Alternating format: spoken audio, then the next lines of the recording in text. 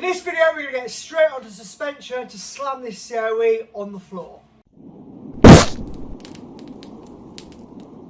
So we're now on to the best bit. This is the bit I enjoy the most. Quite simply, it's a load of heavy fabrication work. It's a few bits that tease your brain in terms of calculations, but once it's all done, you can stand back when your truck's finished, look at it, stanced out, thinking, that looks really good. I know full well it's on a brand new custom frame that rides really sweet.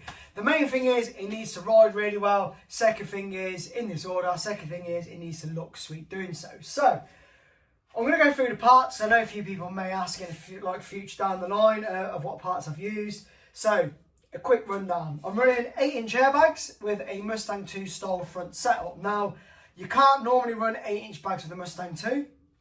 I can because I've redesigned the crossmember. So I've shortened the outers of the crossmember in, which has allowed me to run the chassis rails ins very slightly, and has given me a bit more room to run an 8-inch bag. So obviously with this lifted up, it's still going to clear the crossmember. I don't need to C-notch crossmember or anything like that.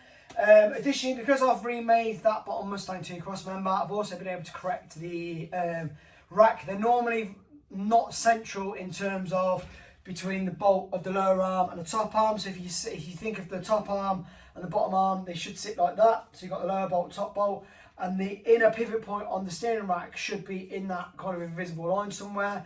And on most Mustang 2 setups, they're not. They're off by ½ an inch. And because I've redesigned the bottom, I've just tightened that back into where it should be. So it should run better than most Mustang 2 front setups. But the main benefit is obviously the 8-inch bags. Now, the reason I've gone for 8-inch bags is my previous F100 with the Cummins lump in it. I was running an XJS or XJ6 front clip, and I was limited to a 6-inch bag. Now, that was a Slam speciality bag. It was a very good quality bag. The problem with that is I needed so much air pressure to get in to lift it. It was sat in Detroit 22s and obviously had the Cummins 6BT in it. Once I lifted it up, going down the street, I could feel every pothole. Just going over a stone would make you feel like you was doing this. It was horrendous. It was a really nice truck to drive, but the only kind of downside to it was the suspension. So the other parts are power steering rack Mustang 2, remanufactured from the States. We've got Moog ball joints, which are the K772s. Now, the only kind of ones that are better than this are the QA ones, rebuildable, but they're like over £100 a piece, and obviously I need 4 of them. So I've gone for the Moog, which online, everyone's kind of recommending these. These are the problem solvers. I think they've got more of an angle on than the normal ball joints, which should benefit me running air ride. But if obviously they come to be a problem down the line, I'll just swap out for the QA ones. Top arm is custom made. Instead of the normal Mustang 2, which would work, but you'd have to use a Mustang 2 top, one of these kind of top mounts, but a Mustang 2 version.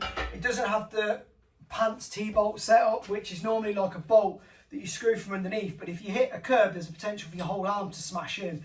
I don't like that design, so this has gone for fully adjustable tops with polybrush. Now, I may swap these out for rose joints just because the company that's made these hasn't welded, for some unknown reason, they haven't welded them perfectly straight. So when you turn it round, if it angles that way, when it turns around, it angles the other way. It's a bit pants, to be honest. So they may end up being swapped out for rose joints later down the line. But they're enough now for kind of mocking it up, so that's okay. The only other things, spindles. You can fit a normal Mustang 2 spindle. I'm going for Willwoods, quite simply because I'm going for a Willwood Dynamite brake setup, which is 4-pot. But if you're just going to use normal Mustang 2 stuff for the Mustang GM calipers, you'd be able to run them perfectly fine. These are 2-inch drop spindles, but I've already calculated the 2-inch into this frame, so it's not here or there. If you're going to calculate a frame from scratch, you can use drop spindles, you can use normal spindles. The only reason I've gone for dropped, for me, is because the crossmember can get lower, so I can get my engine lower, etc. So that is that. The only other thing to add, they're not on camera at the minute, but they will be, are the shocks. Now, I've gone for Land Rover shocks. Always tend to use these with the air rides, just because it can extend and go small as well. These are proper girling ones. Don't get the Brit part ones that are bright reds, which are the same part number. They're not very good quality. Spend the extra money, get a girling set, because these are literally the OEM quality. They're much better. They seem to ride loads better as well. Part number for them, not that you'll probably need it, but if you do, it is RTC4484 girling. Whether that's any use to you, I don't know. But let's stop waffling. Let's get welding. First job is to get these top kind of bag mounts mounted where they need to do. Second job is to gusset them in. Third job is going to be then to make this tube bit, which is basically essentially like this tube through here, through the top, and then that's going to allow me to make my top arm. So let's just get on with it.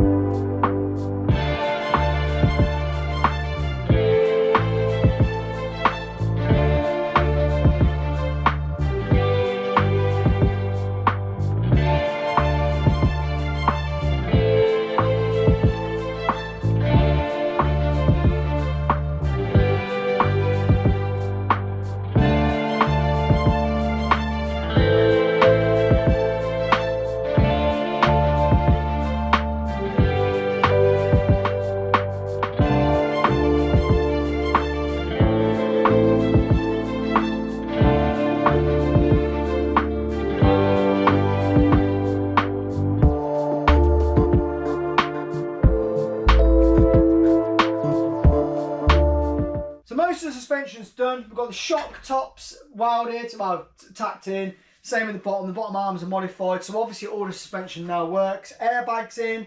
Now at the minute, the suspension is at full bump, i.e. All the way up. And obviously in theory, this cross member should be sat on the floor. Now, what I do need to do is, because I don't want it to be fully sat on the floor, I want it to be able to have like 3 or 4 mil clearance. It could go up to 10 mil, depends on what it looks like. But I want some clearance on it, because if for some reason, God forbid, an airbag blows or one of the airlines splits, I don't want to just smash the cross member into the floor. A lot of hot rods out there will drop the metalwork onto the floor, but on a motorway, freeway, whatever, it's the last thing you want to happen, because it's just going to dig in, cause a massive accident, and pretty much right off your truck. So I need to do some bump stops. Now I've done these kind of off camera, but they're heavy duty. They're made of 5 mil steel. There's adjustability by using shims in between here to obviously space it. So if the weight of the car, or COE shall I say, is extremely heavy, I might need to shim it just to compensate the compression. They've been made slightly longer than what they need to be, because I'm trying to counteract kind of some compression straight away. So once I drop this out, I'm going to be able to weld this down a bit further, and that's going to allow full clearance on the top and the bottom of the bag. At the minute, in my full bump scenario, I've got 5 mil of gap here between the rubber and the arm itself, and probably about 8 mil here. But obviously, like I say, I can adjust that at a later date to kind of push the arm down, which, yes, in theory it will lift the truck up, but it will remove any kind of squish from that bump stop itself. So plan is to get that welded on. Front suspension is then fully done. It's just going to be a case of welding on those rear bits, and obviously the axle brackets as well. So let's get these tacked and then let's get onto the rear end.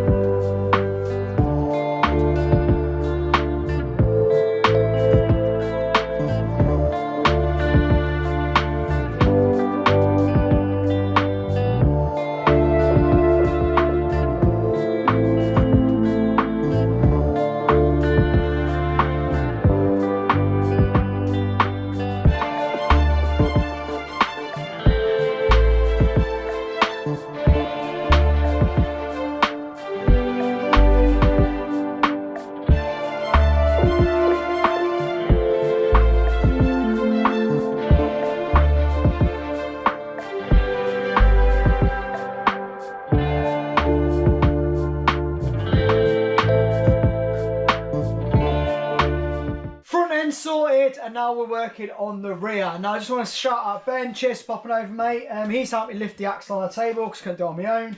And now that is basically allowing me to work out where all the rear suspension goes. So because it's already designed in cab, we've got the top airbag mount and the top shock mount, and obviously this has been designed to essentially just drop in place.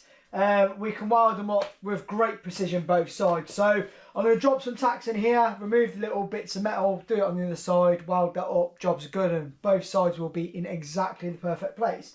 Now once that's done, obviously I've got bump stops to do, I've got the rear lower panhard bracket on the chassis to do, and obviously the 4-link brackets a bit further up here. And also weld on the axle brackets. Now that's the main reason why the axle's on the bench, because once these top bits are done, I can perfectly measure exactly where those axle brackets need to be. And then yeah, just get on with it really. Just get it all welded, get it all done, get it all tigged, migged, whatever. So I'm going to stop waffling, going to get welding, jobs are good.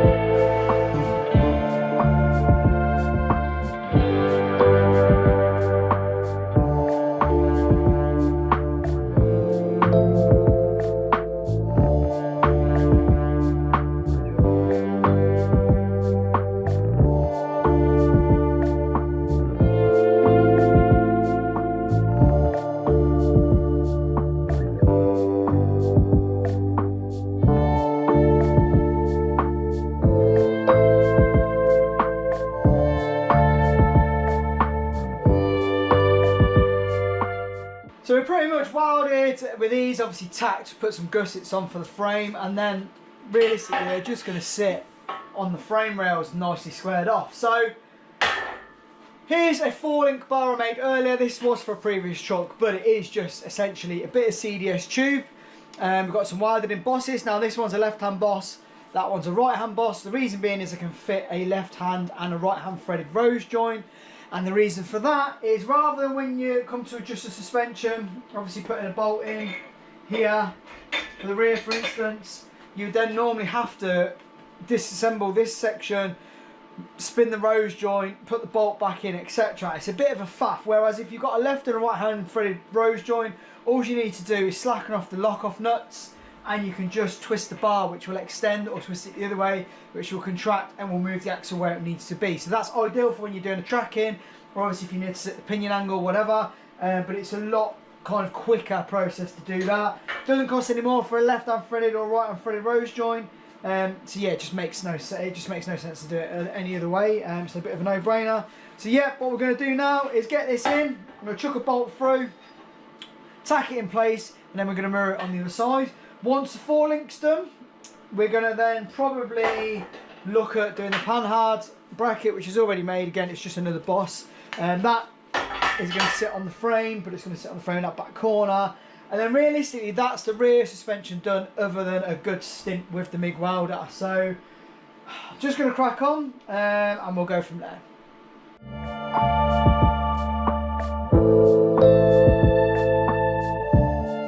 Right, so I'm not going to be able to put the panhard bracket on just yet. Quite simply, to weld this up, I want it on the bench, and if I put this on, this from this point here back to this is just under 1 metre. The table's 1 metre wide, so obviously this bit's going to be in the way. So this can't go on, this has to go on at a later date. It's no biggie, doesn't need calculating where it is, it just literally sits on the very edge of the chassis on that side as so. So kind of happy with that. The only other thing I haven't done at this stage is the bump stops. Now I welded some bits to screw the bump stops into. It's going to be some tube that goes up to this point here, and then I've got a spreader plate which is going to obviously spread the weight into the chassis itself. Again, that's something I need to leave at this stage. I need to calculate the bag compression, and I want obviously adjustability in it. So I'm going to leave that in this video because I'm going to come back to that slightly later on. Just simply, I don't have the room on the bench to have the axle going up and down, so obviously I can't calculate that. So that's it pretty much. I'm just going to weld this on, and then I'm going to weld the rest. I'm not going to bore you guys with any of this though, because obviously it's quite a long video as it is. But I just want to say thanks for watching if you watched this far. See you in the next video. Peace out.